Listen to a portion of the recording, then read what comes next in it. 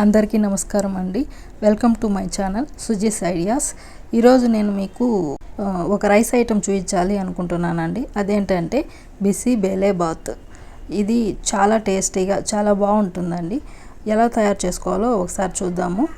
BC బేలే bath powder షాపుల్లో దొరుకుతుందండి, కానీ నేను మాత్రం ఎప్పుడు తీసుకురాను, నేను ఓన్గా చేసుకుంటాను. అది కూడా ఎలా తయారు చేసుకోవాలో చూద్దాము. మొట్టమొదటిగా ఏమేమి ఇంగ్రీడియంట్స్ కావాలో చూద్దామండి. ఆనియన్ చాప్ చేసుకున్నది, అలాగే ఆలుగడ్డ కట్ చేసుకున్నది, క్యారెట్, పీస్, బీన్స్, టమాటో, కొత్తిమీర, కరివేపాకు, అల్లం వెల్లుల్లి పేస్టు, ఇలా ఎన్ని రకాల వెజిటేబుల్స్ అయినా వేసుకోవచ్చు అండి. మీ దగ్గర ఎన్ని రకాలు ఉంటే అన్ని రకాలు వేసుకోవచ్చు. ఇప్పుడు బిసి బేలే బాత్ పౌడర్ ఎలా చేయాలో చూద్దాం.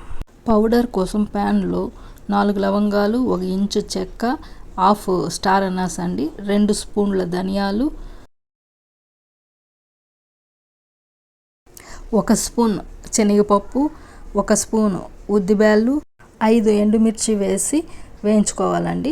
1 స్పూన్ జీలకర్ర వేసి మొత్తము మాడకుండా నల్లగా కాకుండా దూరగా వేయించుకోవాలి. ఇక్కడ మీకు హాఫ్ స్పూనే కనబడుతుంది కదా జీలకర్ర, తర్వాత నేను హాఫ్ స్పూన్ వేసానండి. జీలకర్ర వేస్తేనే ఫ్లేవర్ బాగుంటుంది. అక్కడ చూపించిన విధంగా వేయించుకోవాలి. ఇవి చల్లారిన తర్వాత పౌడర్ చేసుకోవచ్చండి. ఇప్పుడు రైస్ చూద్దాము. నేను 200 గ్రామ్స్ తీసుకున్నాను రైస్, అంటే 1 గ్లాసులో 3/4 వంతు తీసుకున్నాను. కందిబ్యాళ్ళు 1/4 గ్లాస్ కంటే తక్కువ తీసుకున్నానండి. అది నీట్గా కడిగి పక్కన పెట్టుకుందామండి. ఇప్పుడు ఇక్కడ చూపించినంత చింతపండు, అంటే ఉసిరికాయ అంత చింతపండు వాటర్లో నానేసి పెట్టుకుందాము.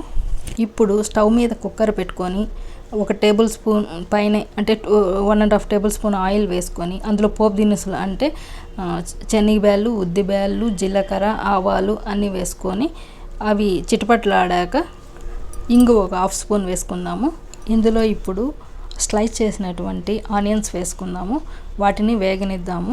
యాక్చువల్గా రైసు, బ్యాళ్ళు, వెజిటేబుల్స్ అన్నీ వేసి బాయిల్ చేసి తర్వాత కూడా తిరుగుబాతు పెడతారండి. ఇప్పుడు ఇందులో పసుపు వేసుకుందాము. పసుపు తర్వాత వెజిటేబుల్స్ అన్నీ, రిమైనింగ్ వెజిటేబుల్స్ అన్నీ వేసి వేయించుకుందాము.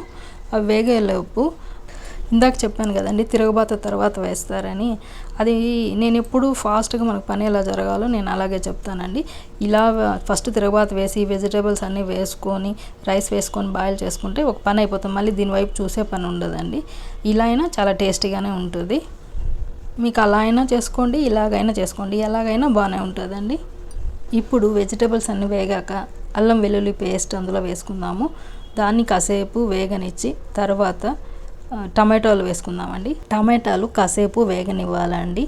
ఇప్పుడు ఇందాక నేను తిరగబాతకు ఆయిల్ వేసుకున్నాను. మీకు కావాలంటే నెయ్యే వేసుకోవచ్చు, ప్యూర్ నెయ్యి వేసుకోవచ్చు, లేదా నెయ్యి సగము ఆయిల్ సగం వేసుకోవచ్చు. ఇప్పుడు కొత్తిమీర, కరివేపాకు వేద్దామండి.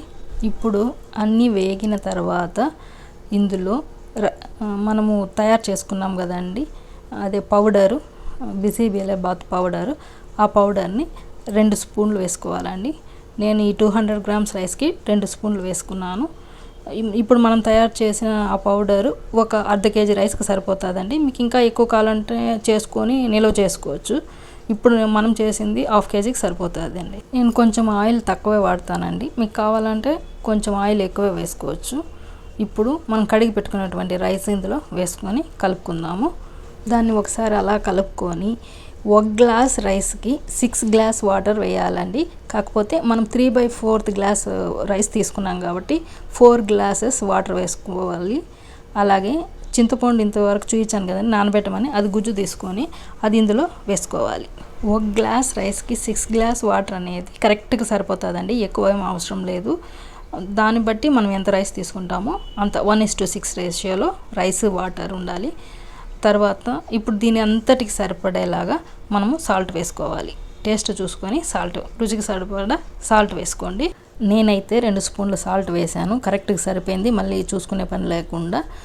ఇప్పుడు దాన్ని ఒకసారి కలయి తిప్పుకొని కుక్కర్ మూత పెట్టి 3 విజిల్లు వచ్చేదాకా వెయిట్ చేయాలండి.